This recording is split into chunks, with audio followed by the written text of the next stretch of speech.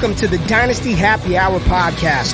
Pull up a chair and kick up your feet as you get ready to enjoy some of the industry's most entertaining and actionable Dynasty content on the planet. We're talking veterans, rookies, sleepers, and oh yeah, you know the crew has those dad jokes ready for you. So let's not wait any longer and bring on the host or some combination of Doug, James, and Tyler. Welcome into the Dynasty Happy Hour. I'm your host, Doug. I'm here with James and Tyler. We have a special guest this week from CBS Sports himself. It is Heath, Mr. Heath Cummings. How's it going, Heath? How are you? You know, everything was really fantastic until like 45 seconds ago, and I realized that my space bar was stuck on my computer. And I was like, it's not that big a deal. I don't need to use my space bar. I shouldn't be typing while you guys are talking anyways. I'm just going to have a conversation for an hour. It'll be fine. And then I thought, okay, we're doing Dynasty buys. I should pull up my Dynasty spreadsheet. And now all of the names are being deleted by Spacebars. So it's really cool. You don't have a little tiny screwdriver? You can just pop that guy up real quick? I mean, you don't have one. What kind of establishment are you running over there, Heath? Not one that involves screwdrivers for sure. I am renowned within my family for not being able to do things. We've started, quote unquote, remodeling our house, and we now have a new toilet paper holder, but I could not get the thing that's supposed to hold the towel up. And so I have all of this, like my paint's all messed up. I can't do anything. Word to the wise. I redid my basement, and what you want to do is get someone else to do it. Like soup to nuts. It's worth the money in the long run. Yeah, I'm good at writing checks too, James. I feel you. I totally feel that. I'm not. Well, they just bounce. It's true. James and I know. Oh, yeah. Don't worry. Like in 2 weeks, go for clear. it. Just don't. You have to date it correctly and whatnot. Tax season's coming up, Tyler, so we should be good. So yeah, we are going to go over Dynasty buys this week. Before we do that, I want to let you know that we are brought to you once again by FantasyPoints.com, an absolutely awesome fantasy service that you can use for all sorts of stuff. And the good news is they have a preseason. You can use code 22DHH10, get 10% off a Fantasy Point subscription. 90% of subscribers made the playoffs in 2020 and 2021. It's the lowest price in the industry. They have an analytic powered draft tool, DFS optimizer. If you love some DFS, you can do that as well. There's just really a lot of cool stuff on there. There's a network of podcasts, including us. So if you like to listen to us, A, thank you. B, go check out these other podcasts. They're really, really awesome too. Like I said, we brought in everyone. We had a little chat. I want to get into some news because, it's the first Sunday without football, right? And we're all kind of sad, but I'm not, because this is my favorite time of the year.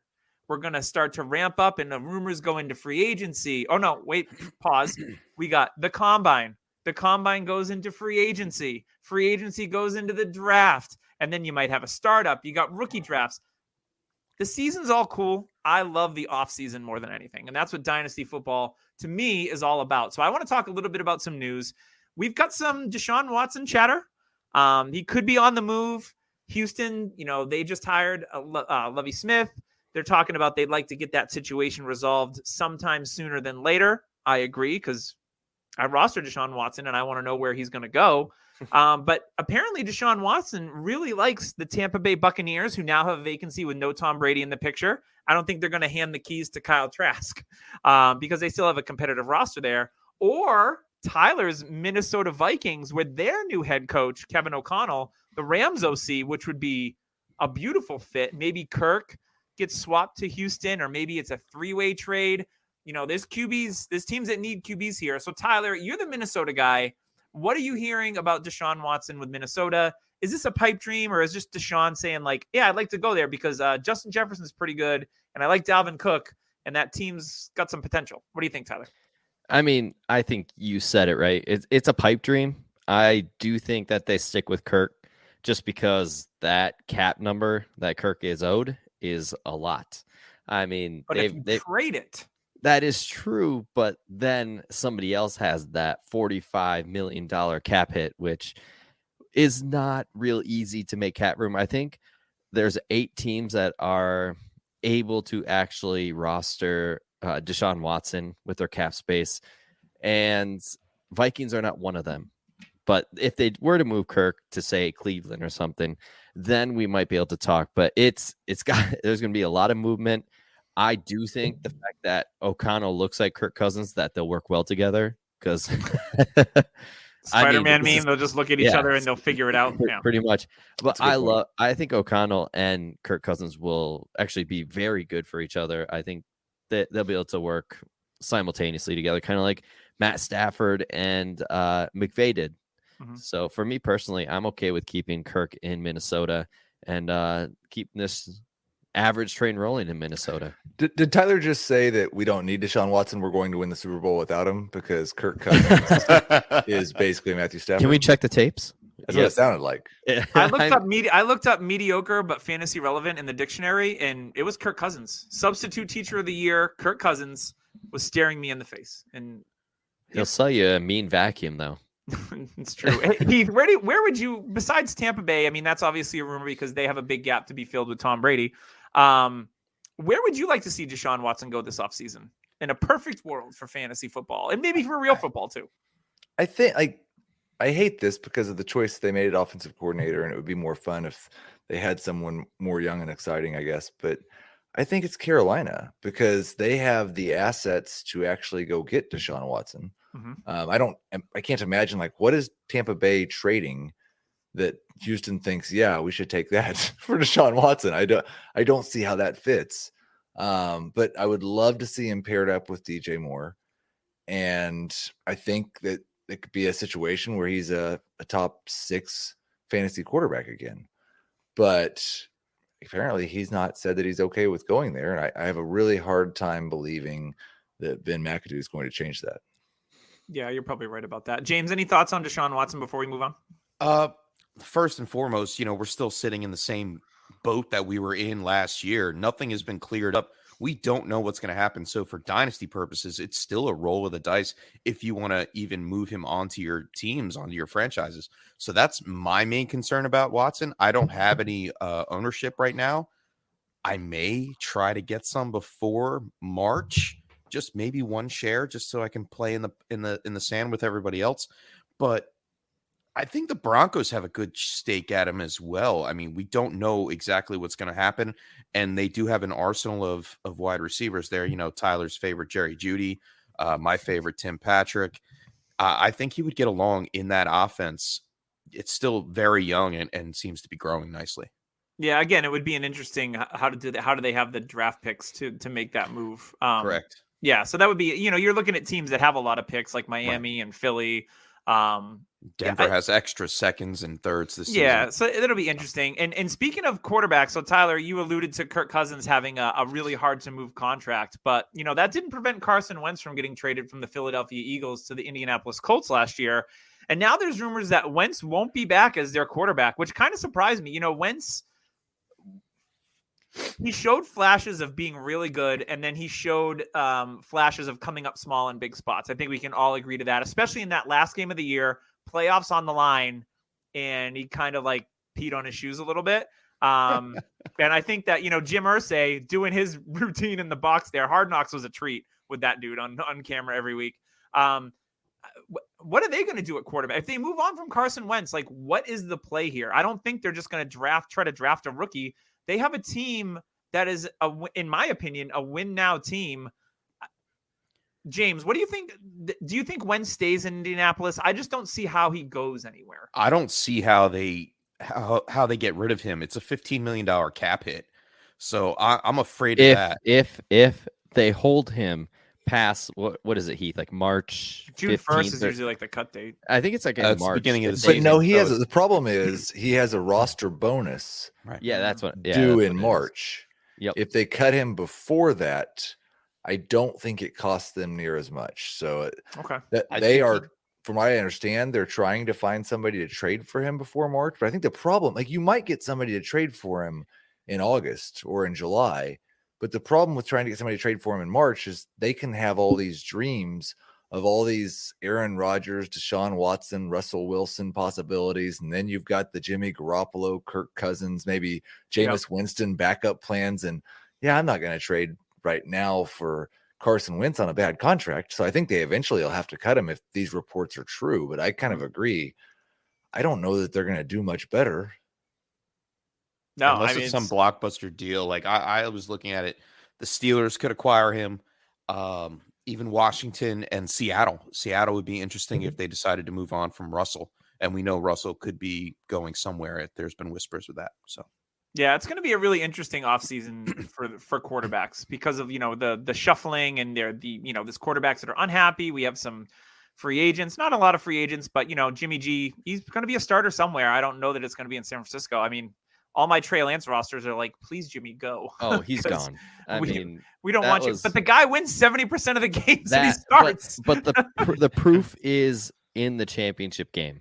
Like he couldn't catapult him past the Rams. He didn't have the extra oomph to push him past them. So it's for the whole Wentz thing. Like you read everything, even beat reporters they're even talking. There's no way they can keep him. After this whole news broke and just the way everybody's talking about it, there's almost no possible way they can just keep him on the roster. I think they want Jimmy. Me personally, I think that's who they want. That's the type of quarterback they want. A game manager that's not going to ruin them, and they just want to give the ball to Taylor. Not going to make bad decisions to turn it over. Yeah. I mean, Wentz's turnover ratio was not bad. It was just when they asked him. It was in the big moments that his turnover ratio. I think Jimmy's probably more turnover prone than Wentz. Yeah, for sure. I just think Jimmy might be smarter between the ears when it comes to a football sense on the field. Wentz is more of a gambler. I think they stick with Wentz at least one more, and at least until the contract year is done, and then they move on, start fresh. You could see maybe they go after somebody in the draft or something like that. I mean, the third year in a row. I don't think it happens, but we'll see. Super interesting. And our last quarterback news of the week, our favorite Lollipop Guild quarterback, Kyler Murray, is just a malcontent little whiny baby. Kyler Murray, these quarterbacks, Kyler, the Aaron Rodgers, everyone did everything wrong except for me types. Kyler is one. He's getting on my nerves, and I enjoy for what he does on the football field, but as a person, I don't know. There's something about him that rubs me the wrong way. It's all about him. Maybe he should have played baseball and made $300 million. I don't know. But Kyler Murray, we've seen it the last 2 years now. He starts off the season red hot. He's the QB 1 or 2. The second half of the season comes, and it's disappointment city. He's either getting banged up or he's injured or he's not playing effectively. The timing this year was when DeAndre Hopkins got hurt. That whole offense, and we'll talk about Hopkins later, that whole offense really fell off quite a bit, in my opinion. Hopkins is the cog in that offense that makes it go. And without him, they struggled a lot. And plus Kyler was banged up. I get that. But Tyler, I know you've been kind of off Kyler Murray as well, because you're seeing some of the signs of he's kicking and screaming like a toddler.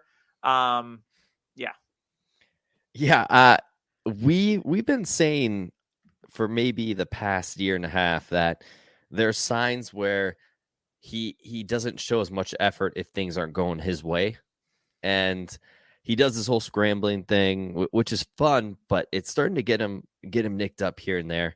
You don't like to see that, especially from a quarterback that's 5'10", about 200 pounds. It's kind of the same issue I have with the rookie quarterback coming in Coral, just the size, and Kyler and him kind of being similar size. I mean, like you hear the Bryce Young for Alabama now, he's smaller than Kyler. So if we have issues with Kyler, Bryce Young next year is going to be another small quarterback story. But going back to Kyler, his value is so high in Dynasty right now. I would love to swap him for a Trey Lance plus. I got actually offered with Shane Manila of Dynasty HQ. He's been trying to get Trey Lance for me, and it's Kyler plus a first, or not Kyler plus a first, but Trey Lance plus a first for Kyler.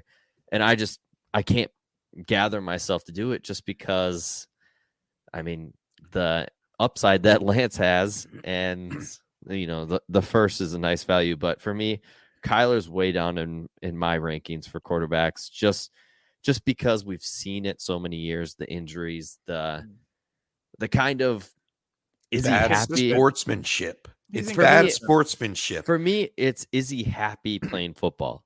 Is football starting to get frustrating to him to where could he leave for baseball? Could he decide, hey, I don't want to get hit like this. I keep getting hurt.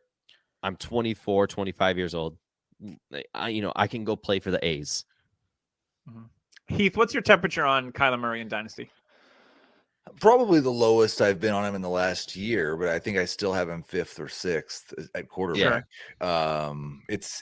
I think it's a similar but different situation to Lamar in that, like because the Ravens haven't given him the extension yet. It's almost as if both these teams want to see something they haven't seen yet. And I think it's fair also to the quarterbacks to say, I have no current belief that Cliff Kingsbury is actually an above average NFL head coach. 100% agree.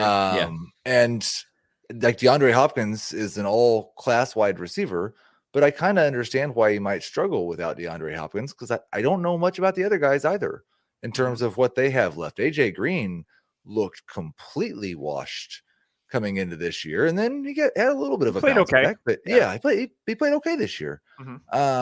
So like I like Lamar quite a bit more than I do Kyler, and I believe in him more, but I think it's really just a perception thing. If you can get somebody who values Kyler in the Mahomes, Allen, Lamar range, then I'm an easy sell. But I still like Kyler quite a bit more than any of the second or third year guys. Yeah, I think that's fair. He's definitely one of the more polarizing quarterbacks because of the stuff that's going on. So you can build a case where you can build them up, and you can build a case where you break them down. Right? It's one of those. Yeah. It's one of those types of players. All right. Well, that's all for news. Before we get into our dynasty buys, I want to let you know that we are also brought to you this week by Trophy Smack, our longtime sponsor. We love the Trophy Smack guys. Always nice. We met them in Ohio last year at the Fantasy Football Expo. Hopefully, we'll be there again this year to hang out with them and meet our fans and maybe even do some podcasting. Tyler will hopefully be there. We'll see. But you can upgrade your fantasy league today. If you've ended your league and you haven't bought your trophy yet, get on it. They have hockey, which is, people play fantasy hockey. I've played hockey in the past. Basketball, we were talking about pre-show. Baseball, if there's ever a season. Soccer, or you can even customize for anything that you want. Trophy Smack has a trophy for you for all occasions. Use code DHHRING and get a free $60 championship ring with purchase of a trophy or a belt. They also have stuff for the losers out there. There's a loser in every league. So once again, that code is DHHRING for that free ring at checkout. All right, so let's talk about some buys. I'm going to kind of just round robin it here and there, maybe pick some names as we go, maybe give one or two, and we'll try to give a couple minutes on each guy type of thing. I should probably start with our guests because that's the kind thing to do. Right. So Heath, you can throw any of them you want out there. Your first dynasty buy in the offseason, guys that you're making a point in your dynasty leagues. You're looking at rosters and you're like, I want to go get this guy because I think the value is ripe right now before anything changes.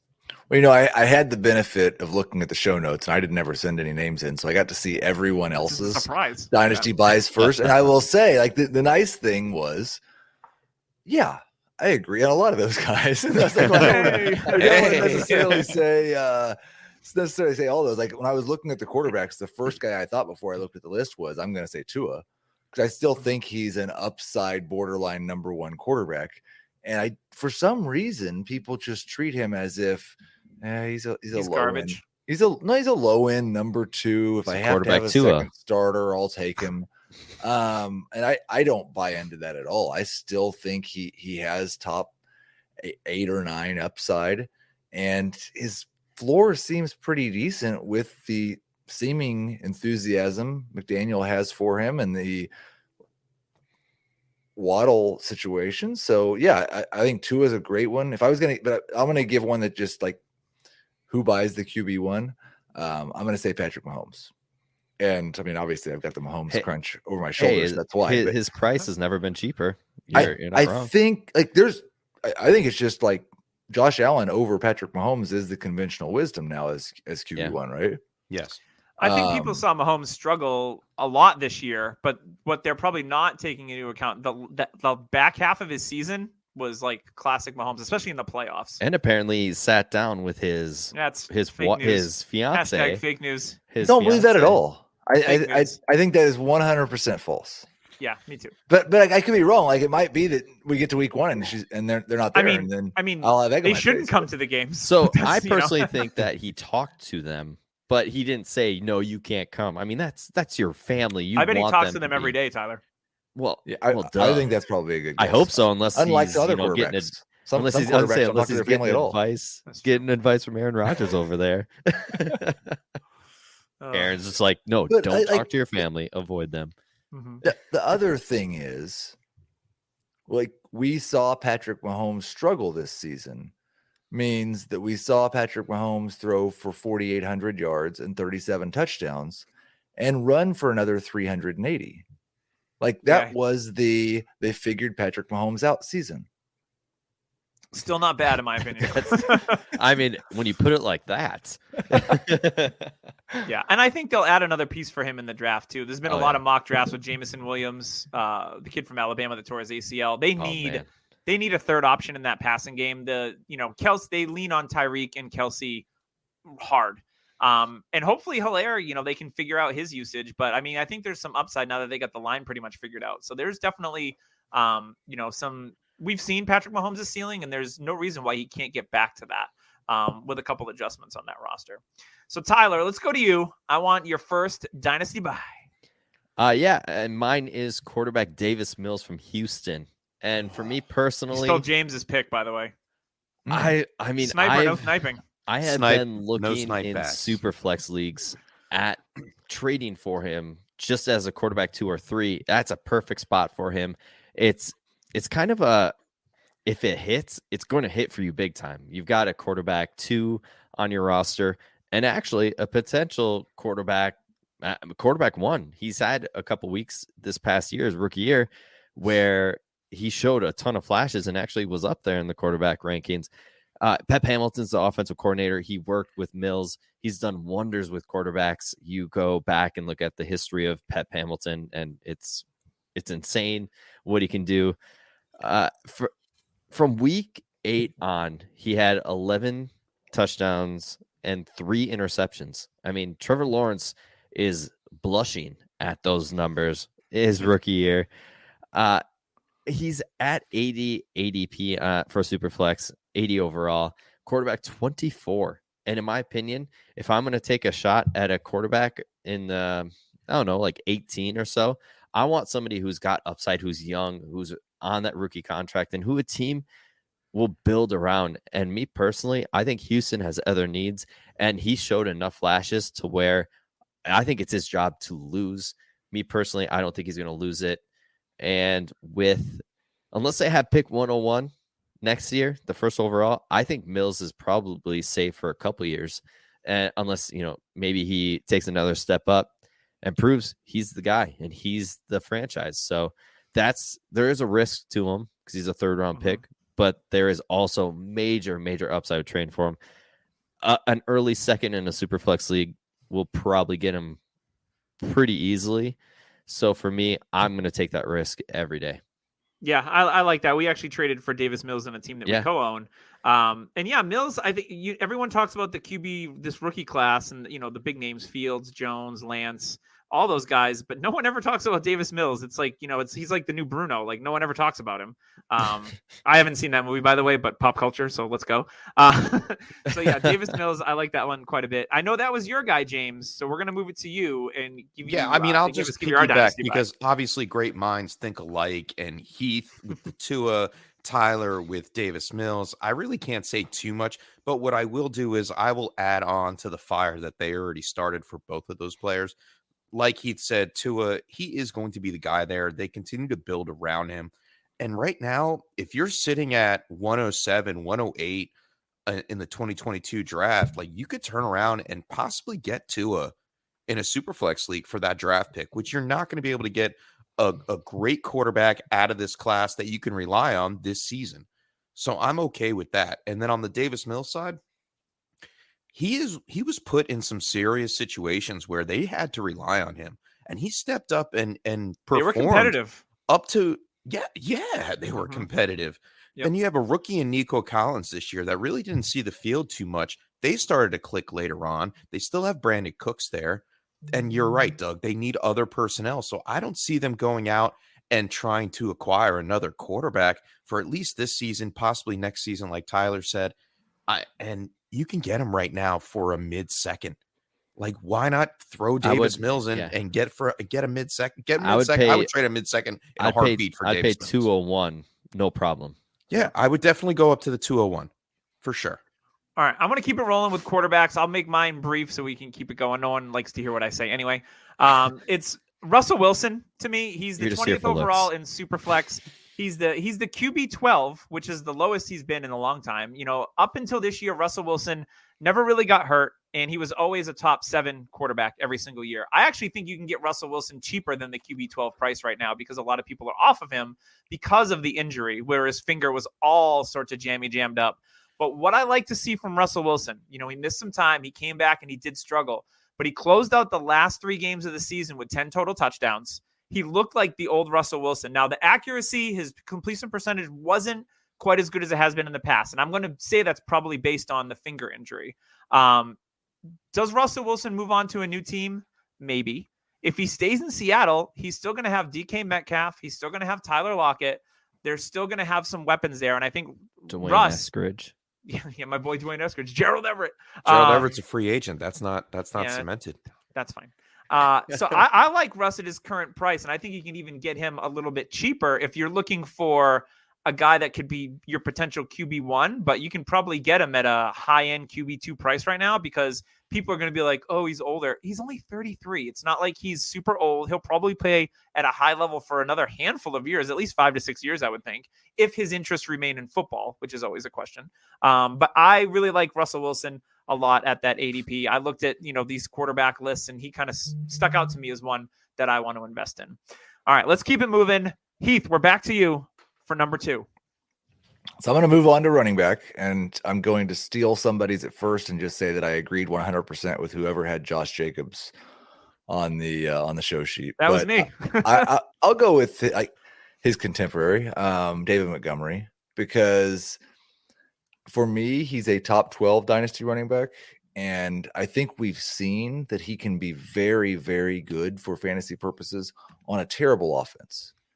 And I would expect over the next 2 years, that offense is only going to be better as Justin Fields develops into what I expect to be a good quarterback and the offensive line develops. And I kind of compare it to the situation with Joe Mixon. A lot of people at the beginning of this season didn't want to draft Joe Mixon because Joe Mixon always disappoints me. Well, Joe Mixon always finishes as a high-end number 2 running back, and people were mad because they drafted him as a number 1. I think we'll see Montgomery have his best season yet in the next 2 because that Bears offense, like the Bengals offense did this year, turns into a more competent unit. I'd also say go get Khalil Herbert if you can. I love that kid. I love Khalil Herbert. He's great. Hey, all right. I do want to say about Khalil Herbert. I was listening to Dynasty Nerds, and they were talking about Montgomery and coaching changes. Well, they brought in the passing game coordinator from Green Bay as their OC. Mm-hmm. Well, Green Bay also used A.J. Dillon and Aaron Jones as kind of a 2-headed monster at running back. Khalil Herbert, I think, showed enough to where him and Montgomery could coexist. And that team, if, say, they just had Mooney as the 1 and they get a 2 besides Mooney and they have Kmet, I do think that they're going to kind of run the offense around that running game because I do think those 2 running backs are ultra talented. So I like both those guys as a buy because Montgomery's always just undervalued. Yeah, people seem not to believe in David Montgomery for whatever reason. Yeah.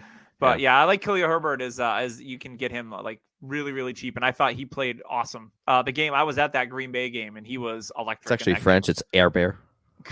Bobby Air Bear for you old people out there. Oh my goodness.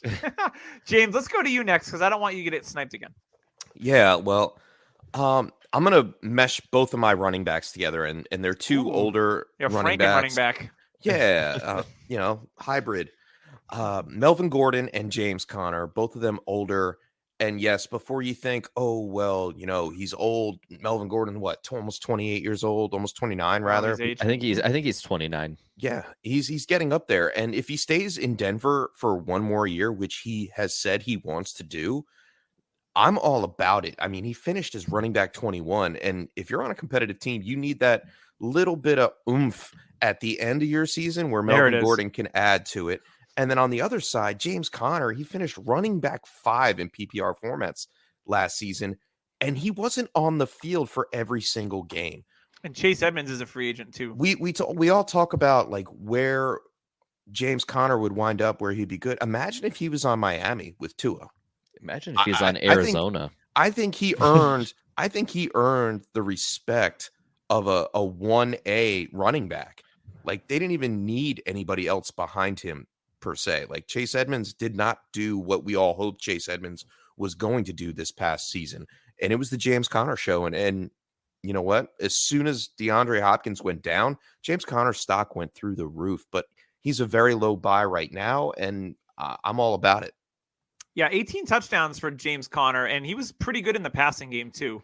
People forget that he had a couple good years with Pittsburgh in the passing game, and he can do that.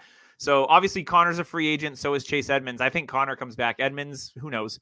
But yeah, that's an interesting one. So Tyler, let's go to you. You going to do running backs too? Keep the trend going? No, because I don't like to buy running backs in Dynasty. I only like to buy old ones. I mean, I love Melvin Gordon. I love that. I did that in a league early on this season.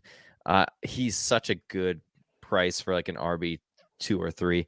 Miles Sanders would be another low buy for a running back just because people love to hate him.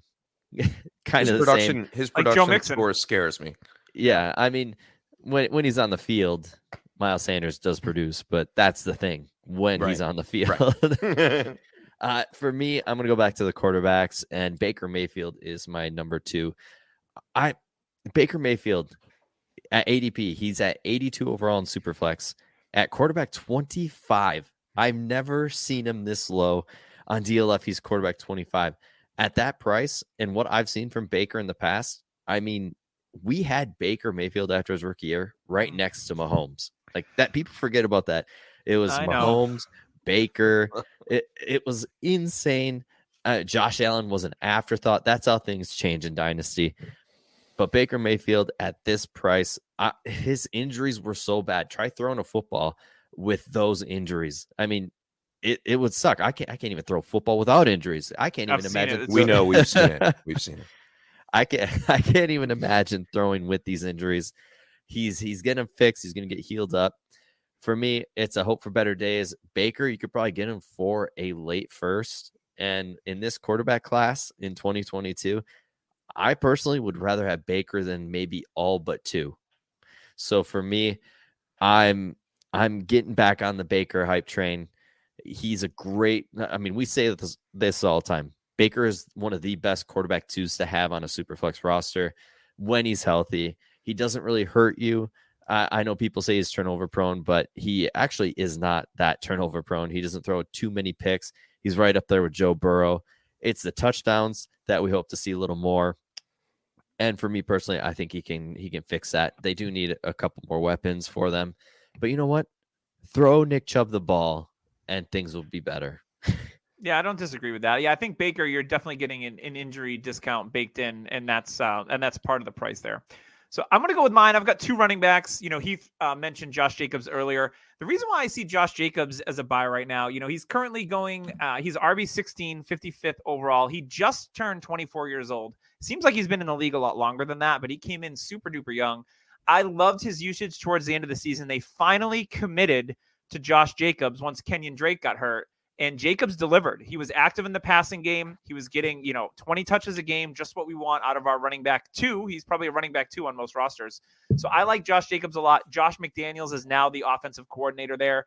He's shown in the past that he can be creative. Coach. Yes, that's what I meant. He took the same job in Las Vegas. He's like, I need to get away from Bill. Yeah, I was going to say. So he's the head coach now. And he's shown that he can use running backs in a lot of different ways. And I think that's good for Josh Jacobs. I don't think it's going to cut into his usage at all. I think they're going to commit to him going forward. So I like him at that particular price. And my second guy, a guy that I've been acquiring in a couple of leagues now, is Michael Carter of the New York Jets.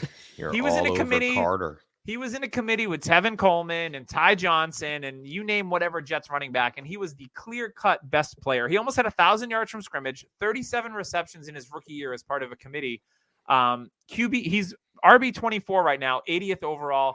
I think that Michael Carter, they have pieces to build around that offense. You know, we talk about Elijah Moore a lot. They have Corey Davis, who looked good when he was healthy. Zach Wilson going into his second year. We'll see what's there. But that offensive line, if healthy, could be a huge boom for Michael Carter. They have some early picks.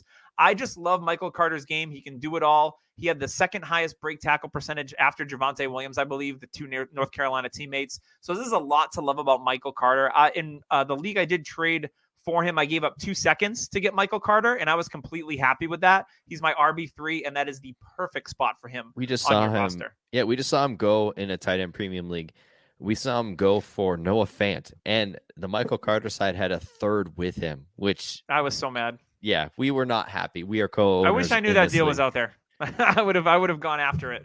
I like the fact that Carter, because they're going to continue to use him even if they lose games. He's still going to be on the field. He's going to be the guy, the go-to guy in the Jets backfield, which I mean, Tevin Coleman is a husk of a running back. Ty Johnson, he's fast, but he showed that when he had an opportunity, he didn't do anything. I started him in DFS a couple of weeks. Thanks for that, Ty Johnson. Yeah, thanks, jerk. Ty. You lost me like 25 cents in a quarter arcade. I'm bitter. Okay. So I do think I do think they will get another running back, because what we did see out of Carter is, as much as we like him, he is small in stature, and I don't think he can carry a full workload, but 60% of a committee, all about it. Yeah, in today's NFL, I'll take that. That's what it is nowadays, yeah. All right, Heath, are you gonna start with a wide receiver? We're gonna. I should start with a wide receiver for contenders, and I think it's always important to make the distinction. Like, we're almost playing two different games. Yeah, like whether you're one of the teams that's contending right now or rebuilding. But for contenders, the perennial by Brandon Cooks, he's basically had one bad year in the last 7. It doesn't matter who his quarterback is. It doesn't matter what team he's playing on. Nope. He's going to give you 1,006. And this year he caught 90 passes on the most targets he's ever seen. I think it's pretty likely that we see Houston with Davis Mills at quarterback at least one more year. And they got to give him a chance to see. And he's going to target Brandon Cooks at an extremely high rate. We've already seen that. So I would expect Cooks to be an alpha number 1 again this season and probably be around 90 catches. I wouldn't be surprised if the efficiency improves just a little bit as Mills progresses. And he's always cheaper than he should be. Yeah, and he was the cheapest, coming off like some pretty bad concussions. His value was super low. I got him as a throw-in in a deal that I made a trade for some cash for Deebo Samuel and got Cooks as a throw-in a couple of years ago, and that's paid off handsomely. So yeah, Cooks, he's not super sexy, but he's just productive. And again, win now rosters, that is the perfect player to target.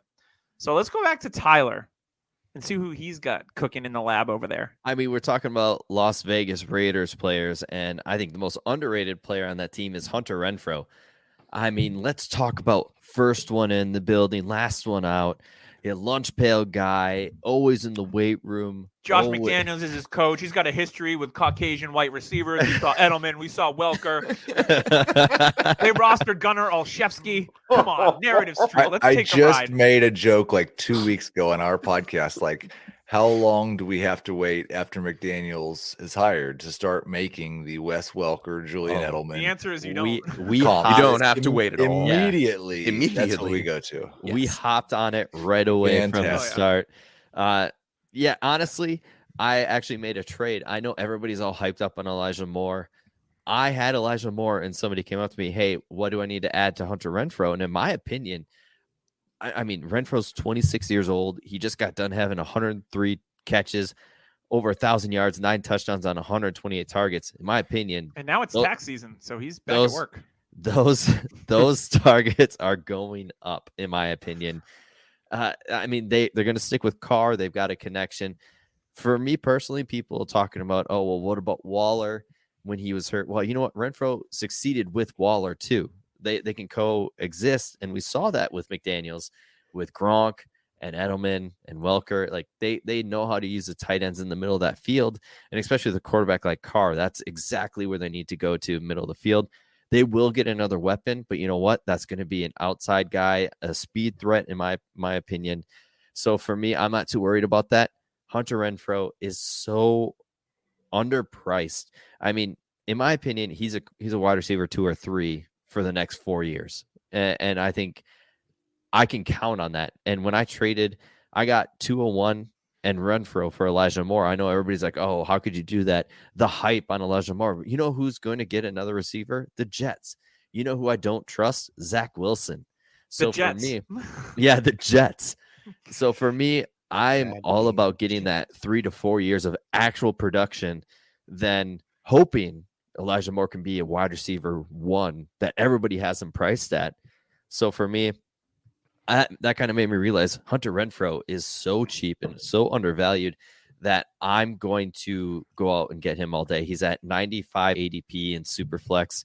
For me, I was a little shocked. I thought he'd be in the hundreds, but for me, I'm still at that value. Like I said, he's 26 years old. I think he's going to get paid, and they don't need to really pay him that much. I mean, $10 million a year for a guy who's going to. Hey, that's Adam Humphries money. That is so true. But yeah, it's almost Kenny Golladay money. Hunter Renfrow to me is just a safe, nice wide receiver 2 or 3. Yeah, I think it's that floor versus ceiling trade, right? Like the floor of Renfrow is like concrete. But solid. We saw the ceiling too. Like he has ceiling weeks to where he can push your team. Absolutely. Apparently, Tyler thinks that the Raiders are going to win the West this year. So all aboard that train. You know, I feel like my words are creating other words for you and Heath. Words creating words. Words creating words. Words creating sentences. Sentences creating paragraphs. And by punctuation. Oh my God. I'll jump in here. You talked about Elijah Moore. I'll talk about a different Moore, and that's DJ Moore. All right. No matter who the quarterback is in Carolina, it seems that DJ Moore consecutively in the past 3 years has put up over 1,100 yards. It doesn't matter who they add on the field. It doesn't matter if CMC is healthy or not. Mm-hmm. He's getting his targets. He is up to. I would love to see the touchdown progression happen. It started off hot this year. It started off hot. He's and that's like Julio. my only knock against him. He's 4 new touchdowns. Julio. Yeah, every year. But I'm telling you, if you play in a PPR, he is the perfect candidate. And right now, judging, I'd probably give up a mid-first rounder for DJ Moore, especially if I'm competing and I'm competing for the next 2 or 3 years. Like I'm okay with giving up a first for someone like DJ Moore. He's only 24 years old. He's got a lot of time left. So I think it's funny. We always talk about quarterbacks and how, well, this guy is worth more if you're in a league where passing touchdowns are worth 6 points, and this guy's worth more if you're in a league where passing touchdowns are worth 4 points. There's this range. I was just thinking about how good DJ Moore would be if you could play in a league where receiving touchdowns were only worth 4 points. He'd be like wide receiver 5 or 6. Yeah. Yeah, I think that's the struggling thing with DJ Moore. I mean, we all see the talent there, but he's the constantly touchdown inside regression is going to hit. He's constantly inside the top 24, so I'm okay with that. Doesn't matter who his wide receiver 2 is on the team, and if CMC is on the field or not. So yeah, DJ Moore is definitely my offseason target. So can we count the years that we keep talking about? You know, DJ Moore. This is the year the touchdowns. Joe Mixon corollary. I'm an Atlanta Falcons fan. Julio Jones is one of my favorite players of all time. That's all I heard every You're going to year. be talking about Kyle Pitts like that for the next 5 years. Hey, or Calvin Ridley. More I don't think Matt Ryan's going to play 5 more years. No, because they're going to draft Malik Willis and he's going to take over. Oh, is that a hot take? Ooh, hopefully. I like Hopefully. it. I like Ritter better. I'm sorry. All right. Ugh. Before we get sidetracked, I'm going to give you my wide receiver. It is a win now team wide receiver. He's never been this cheap in fantasy football. It's DeAndre Hopkins, 84th overall in Superflex. Wow. He's the wide receiver 29, guys. 29. Now, I get it. Like, he didn't have a great season. He was injured. He played through it as much as he could. Kyler struggled a little bit, but like I said earlier, he was the cog in this offense. He didn't have a single 100-yard game last year, which is pretty not normal for DeAndre Hopkins, the target hog that he is, but he still had 8 touchdowns. Christian Kirk is a free agent. AJ Green, like he said, kind of washed, but looked okay. I think he moves on. I don't think they come back with him. So you've got Rondale Moore, who I also think is a buy, to be quite honest. But like I said, Hopkins has played 15 games a season since 2013. He's going to be 30 before the season starts. So I get there's an age there. But if you're a win now team, and DeAndre Hopkins, to me, still showed the skills of a wide receiver 1, and you can give up a second round pick, a mid-second maybe, to get DeAndre Hopkins for a win now team, James is shaking his head. You don't think you can give that? I don't think you can get it. You can go that wide receiver 29, guys. The name holds I think it's value. the name. It's the name value. I think people are fading him because he's older. Heath, now he's what injured. would you Here's a better scenario. If you won last year and you have like the 11th or 12th pick this season coming up into the rookie draft, then I would go ahead and let go of that 111, that 112 for DeAndre Hopkins to keep my winning streak going. I think that predicament is a little bit better. Like, I think your arguments are right that you probably can't get him for a second. I'm going to try now. I'm just not sure that I want to give up a first. Like, I think they're probably going to throw it to him more next year, but it really bothered me that his target share when he was healthy was basically equal to Christian Kirk and AJ Green. Like, he was not dominating targets at all. He scored all the touchdowns, and that was fun. But I don't want to count on catching passes from Kyler Murray in the red zone because he's throwing like 25 passing touchdoons. Yeah. I think sitting in the backfield with his thumb in his mouth. You know? Whining. All right, I think we're on our last position, which is my personal favorite position. I'm the tight end whisperer. So I really want to hear from Heath who he's got for tight end buys in the offseason, because there's a lot of intriguing ones at the tight end position. I think it's the most intriguing position of the offseason, but not just like for dynasty or for buys. There's so many guys that we would love to believe could still be good who might change teams.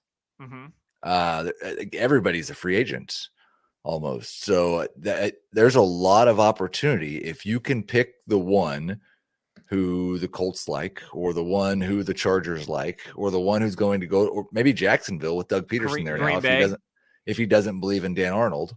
But like the one who's going to go and just fall into a spot where he gets 6 or 7 targets a game, that's a huge win. Outside of that, my answer probably would have been Cole Kmet, but I saw that under someone else's name. So congratulations. You win the tight end bingo. It's me. I think it's Brevin Jordan. Yes. Wow. And it's it's generally just so he really loves Davis Mills. Like that's we're all on board. Huge Jordan. It's just turned into a Texans podcast. I mean, just think though of the reward if you accumulate Texans, and then it turns out they can't trade Deshaun Watson, and they say, you know what, we're not going to pay you this year to not play. You're going to have to play. And you end up with Brandon Cooks and Brevin Jordan with Deshaun Watson. Don't put that on me. After all the Davis Mills love. Yeah, after all the Davis Mills love, you put that on me. You come on this podcast and you put that on me. I'm not saying it's going to happen. I'm selling all my Davis Mills shares. That'd be a nice reward if you were stockpiling Brandon Cooks and Brevin Jordan. No, I think the fact that even as like it's a 21-year-old rookie tight end, the expectation should be nothing. The fact that he flashed a couple of times, and I think basically every other tight end on the Texans roster is a free agent. I like his chances of maybe being the third option in the passing game behind Cooks and Collins. They've always used their tight ends heavily in the red zone. Burkhead, of course. Well, I don't think we should forget about Rex Burkhead, of course. I think their whole backfield is a free agent. And Brevin Jordan's almost a free. Rex Burkhead? No, I think he signed an extension. He signed They gave him an extension before the year was over. They wanted to commit to Rex Burkhead as their running back of the future. They saw him on the field and they're like, you know what? That guy we gave up DeAndre Hopkins for, we're done with it. Yeah. Oh my goodness. Yes. Rex Burkhead will be a Houston Texan, and so will Brevin Jordan. Yeah, I love that call. Brevin Jordan was my number 2 tight end in this class. Love his tape at Miami. And yeah, he did flash. And I was feeling it because I invested in him very lowly across a lot of leagues. Right. And I think that's like almost a rule is if there's a tight end that gets drafted in the first 3 or 4 rounds and we kind of like him going into his rookie year and he doesn't do anything, go buy him. That AKA Dawson Knox. Right. Yeah. You shouldn't expect him to do anything. He's a rookie tight end. No, you really shouldn't. All right, so tight ends. You know, I'll go next because I got a couple. You're the tight end guy. I'm the tight end guy. So you mentioned Cole Kmet. Now, the beauty thing about Cole Kmet, the Chicago staff loves this kid. They nicknamed him the Natural. He's been behind Jimmy Graham the last 2 years. Now, by been behind, Jimmy Graham's sniping all the touchdowns. Cole Kmet had 60 receptions last year, a sneaky 60 catches with a bagel at touchdown. 0 touchdowns for Cole Kmet. There is going to be positive regression, and I will not be surprised if we are talking about Cole Kmet as a top 10 tight end next year. Because remember, to be a top 10 tight end, you need 3 receptions, 30 yards, and a touchdown, and you're a top 10 tight end that week. So I think Cole Kmet can easily get to 75 receptions and maybe 5 or 6 touchdowns and get in that top 6 to 8 at tight end because he's got the talent. Him and Fields it looks like a good rapport. Fields looks for him as Fields matures and tries to get through his reads a little bit better. And he's currently tight end 16 with 150 overall ADP in Superflex. Give me all the Cole Kmet into my veins. I want to know the story about why Matt Nagy would not let anyone throw the ball to Cole Kmet in the red zone. Because like Cole Kmet would catch 3 or 4 passes, 40 or 50 yards. Jimmy Graham's not even playing, and they get to the 10-yard line. Jimmy box him out. We are only allowed to throw the ball to Jimmy Graham, trying to box someone out. Oh, don't forget about Jesper Horsted. He had a couple. It reminded me of the football movie, and I can't remember what movie it was, where they always had. Is it John Voight was the coach?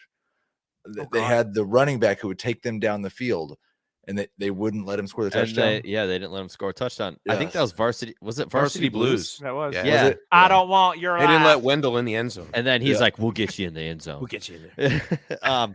It's funny because all I'm thinking is, so due to COVID, that they let seniors shop at certain times. They have only a senior section.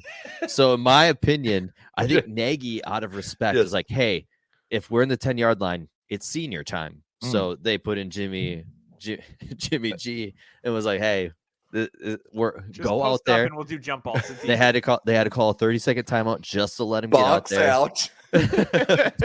You know, he used to play basketball. I don't know if you knew that. He had his walker out onto the field. Yeah, he had to get his walker. Fresh tennis balls on him so he can move a little faster. But yeah.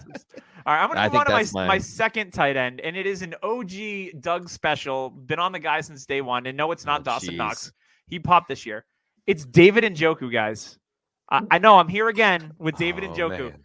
25 years old. He's going to be a free agent. He is tight end 25. He is 208 ADP in Superflex. He's a freak athlete. We all know this, but he's a free agent. What if David Njoku, like he said, what if he lands on the Chargers? What if he lands on the Packers, who Robert Tonyan is a free agent? What if he lands on Arizona? Like Zach Ertz is making a lot of money. He was productive. There's a lot in Carolina. Well, they don't use the tight end there. All right, Desean Thomas.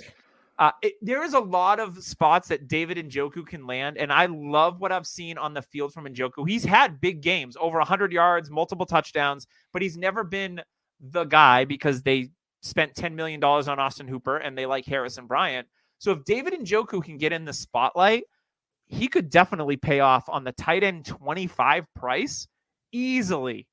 25 years old. He's going into his 5th season. David Njoku, guys. Throw in. Go get him. Throw in. Go get him. I don't think that's another one of those names that if at this point in David Njoku's career, someone has him on their roster, they're a truther. Like if you're rostering him, Doug. You're calling it out. You're not getting him. You're not getting him. Your rosters. If they're rostering him through the offseason and through rookie drafts, and they're cutting other players, and they're saying, "No, I got to hold on to him." It's like me and Njoku, Knox, Foster Moreau. He's not a buy for Doug because Brevin Doug Jordan. has him in every single league he's in. You bring that up in a league at the beginning of the year. He needed wide receiver help. I had Antonio Brown. Antonio Brown was a hot name then. Yeah, I got tons of offers. I couldn't even get Njoku straight up for Antonio Brown. That's what I'm saying. Like, he is. I don't think and it might be the same thing with OJ Howard too.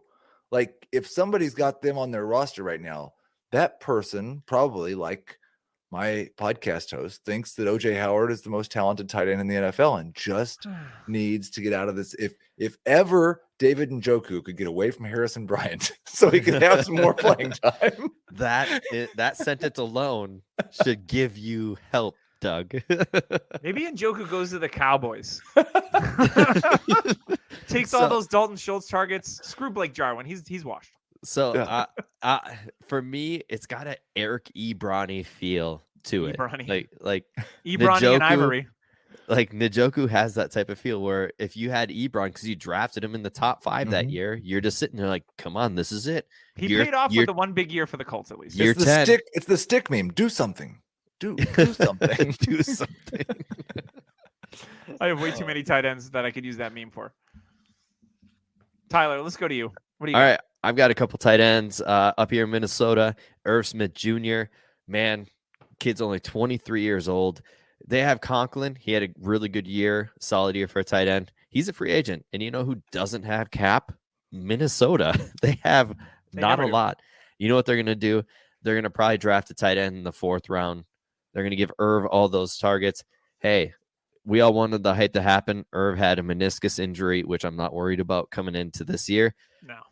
He's going to get those targets. And me personally, at 144 ADP, Irv Smith is very acquirable.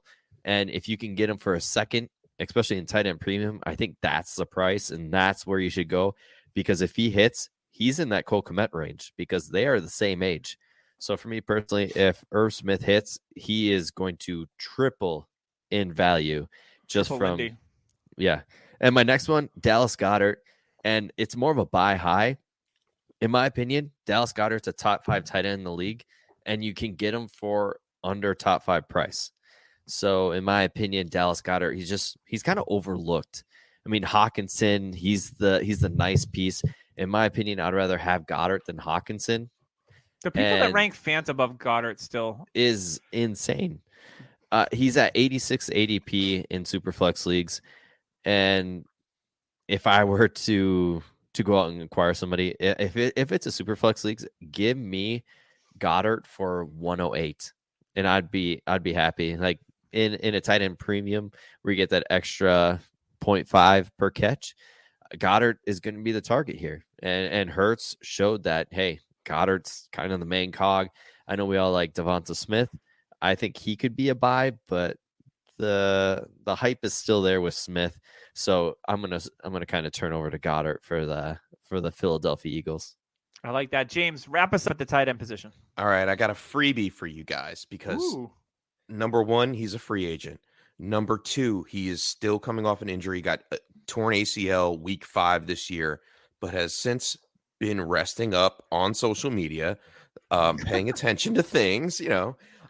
It's Max Williams, and he is 2Xs. 2Xs in Max. 100% probably the easiest acquisition that you can get in the offseason right now. And the only reason why they brought in Zach Ertz was because Max Williams got hurt. Now we think about it, he caught 16 of 17 targets in the first 5 games. And then Ertz was getting anywhere between 6 and 7 targets per game down the stretch. If Max Williams got that, he'd be easily in the top 12 tight end conversation, and he can catch the ball. I think that he is an easy buy for an NFL team, being that he was injured. He's going to be 27 years old. He's still in his prime, and we always see tight ends step up out of nowhere. We saw Logan Thomas come up out of nowhere. I think he lands with someone and makes an impact, and you can get him for seriously an offseason waiver fab bid of $1 right now, or an easy throw into any trade that you're making happen in a tight end premium league. That's what you want, because once the season hits and he knows where he's playing, he's going to get the targets and his value is going to go up. So I think he's a off-season buy now that you can flip mid-season. So here's an outlook I would like. Max Williams played for Minnesota, the Gophers. What if he's the backup to Irv? That, to me, that's dangerous for Irv. I would like that. But I would like that a lot, because me personally, with the injury history Max had, I think this is his second ACL in his pro career. For me, I think he's a perfect number 2 tight end in a pass-happy offense. And with the Rams, we all saw what they did with a couple tight ends. Higbee, they had who's the guy that came in the Super Bowl? The guy from, I want to say Missouri. Kendall Blanton? Not Blanton. Bryson Hopkins. Bryson Hopkins, yeah. My boy Johnny Munt's still there too. Your boy, like you've talked about him. I'm not even gonna go. Johnny Munt season. For me, I would like that. I do think that's where he's going to kind of place, is a tight end 2 on a team. And hey, injuries can happen at tight end, but like you said, you can you might be a free agent in your dynasty league. So yeah, I mean, he might get picked back up by Arizona. If not, Seattle is a very close second for me. Gerald Everett, a free agent, and they like the older tight ends, and they like to utilize the older tight ends. So I think as a pass catching option, Max Williams is an easy buy for me. I dig it. Scraping for easy freebies. That's what Scraping, Dynasty's all about, man. Tight end is the easiest position to find a gem, polish it up, and sell it as a diamond. I've done it with Darren Waller and Logan Thomas, and yeah, trust me. Yeah, kind of. David Njoku. It's a thing. All right, so that is going to wrap us up this week. But Heath, I'm going to give you the stage. Tell us what you got going on, where to find you, all the good stuff that we need to know here on Dynasty Happy Hour. Yeah, you can find me on Twitter at Heath Cummings SR. You can find me in the podcast world at Fantasy Football Today, anywhere that you find podcasts. And I am this week updating dynasty rankings for every position, Dynasty Top 150, Dynasty Trade Chart. We have mock drafts, both Superflex and one quarterback. Just go to cbssports.com, go to the Fantasy Football page, click on the link in the top right-hand corner, Dynasty landing page. You'll find everything I do. Well, hopefully we've influenced you on some of those rankings. You completely changed my mind. I can't wait to move up David Njoku to tight end 24 so I can buy him as tight end 25. If I check the page and I see tight end 24, there might be a slow tear that comes out of the corner of my eye. I'm gonna look at Davis Mills is gonna be quarterback 30, while Watson's with a fire flame next to Davis Mills' name. I love it. Well, that is going to wrap us up. At least you move the meter one way or the other. Yeah, exactly. So shout out again to our sponsors, Fantasy Points. Make sure to check out fantasypoints.com, as well as Trophy Smack. Use code DHHRING for that $60 free ring when you order a belt or a trophy. For myself, I'm Doug. For James, for Tyler, and for our guest Heath, this has been the Dynasty Happy Hour, and we will see you next week.